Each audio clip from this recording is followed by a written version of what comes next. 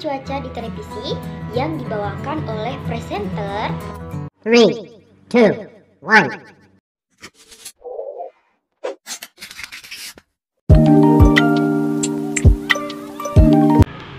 Assalamualaikum warahmatullahi wabarakatuh. Selamat pagi anak-anak, bagaimana kabarnya hari ini? Sehat semua? Alhamdulillah, luar biasa, Allahu Akbar. Nah, kali ini kita sudah memasuki pembelajaran di semester kedua. Ini kita akan belajar mata pelajaran tematik kelas 3. Kita belajar di tema 5 tentang cuaca pada subtema 1, yaitu keadaan cuaca pembelajaran pertama. Mari adik-adik kita belajar dengan penuh semangat ya.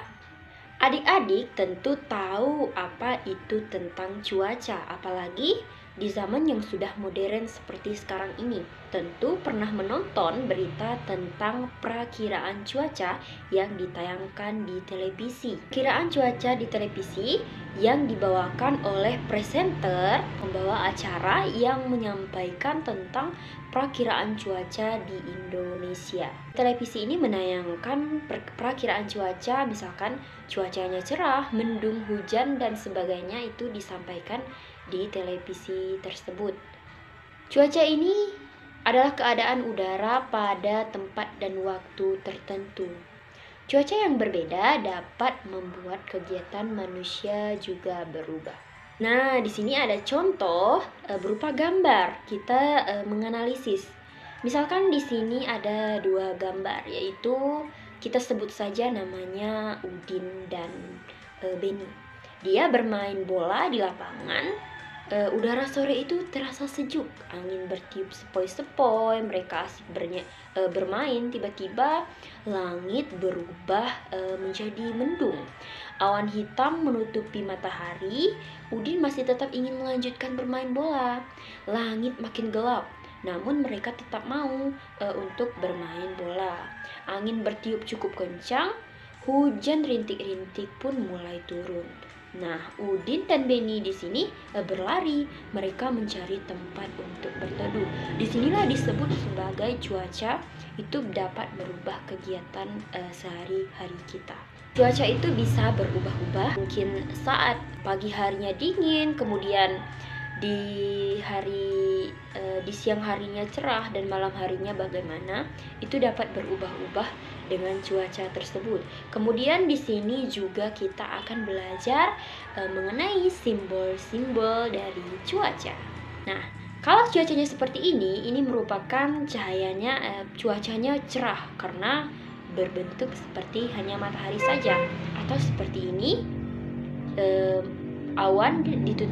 matahari yang ditutupi oleh awan, atau awan saja, kemudian masih banyak yang lainnya.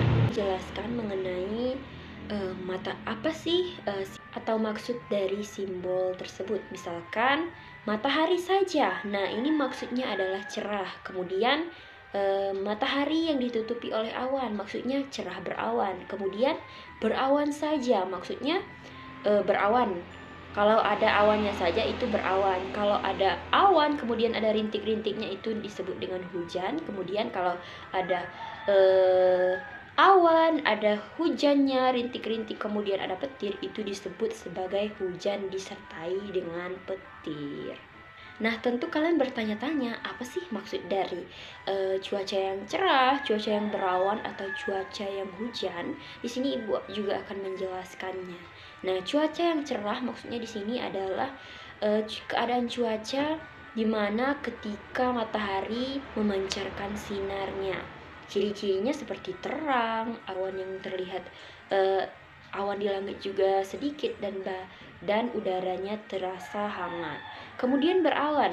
Cuaca yang berawan adalah ketika keadaan sinar matahari tertutupi oleh awan. Langit menjadi agak gelap, awan menebal, dan udara terasa dingin. Keadaan cuaca seperti ini menandakan akan turunnya hujan. Kemudian hujan atau cuaca hujan ini adalah keadaan di mana butir-butir air ini turun ke bumi. Ketika cuaca hujan, udara terasa dingin dan langit menjadi gelap. Cahaya matahari yang sedikit terpancar karena tertutupi awan. atau bisa juga hujan disertai petir tadi, karena hujannya disertai dengan petir yang mengikuti atau yang beriringan dengan hujan itu ada petir juga.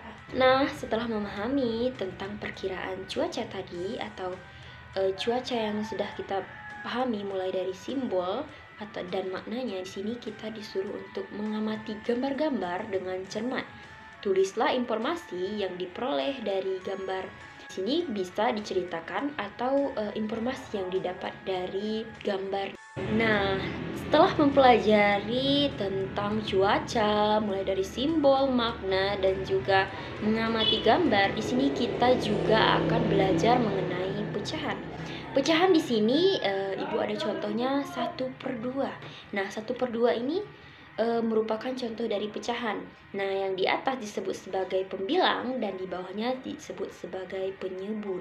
1 apel jika dipotong menjadi 2 akan menjadi 1/2. Maksudnya di sini adalah 2 bagian dari 1 apel tadi disebut sebagai 1/2 atau 1/2. Lalu bagaimana jika donatnya tadi utuh lalu dipotongnya tidak sama atau tidak bisa dikatakan sebagai 1/2. Nah, kita lanjut untuk contoh yang kedua. Misalkan kedua potongan 1/2 dibagi lagi menjadi 4. Sekarang setiap potongan disebut 1/4 atau 1/4. Nah, syarat dari pembagian seperti ini adalah harus bagiannya sama besar atau bagiannya jika dipotong sama rata dan sama besar.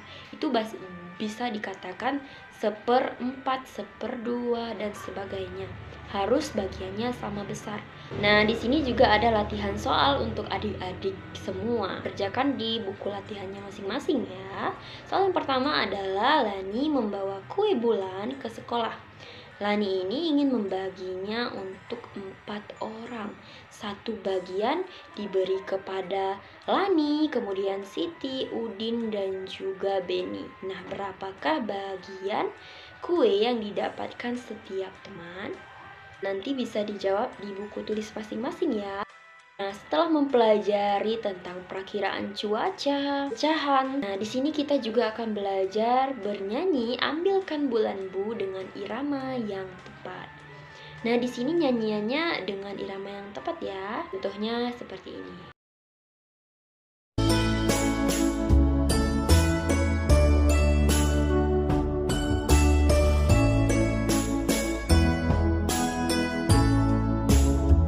Ambilkan bulan Bu, ambilkan bulan Bu, yang selalu bersinar di langit, di langit. Bulan benderang, cahayanya sampai ke bintang. Ambilkan bulan Bu untuk menerangi tidurku yang lelap di malam gelap. Nah, setelah mendengarkan nyanyian Ambilkan Bulan Bu tadi, itu nyanyikanlah dengan irama yang tepat. Ada bagian yang kita nyanyikan dengan tempo irama yang cepat, ada bagian yang kita nyanyikan dengan tempo irama yang sedang, ada pula bagian yang kita nyanyikan dengan tempo irama yang lambat. Perhatikan lagu Ambilkan Bulan Bu ini, 1 dan 2 memiliki tempo irama yang sama.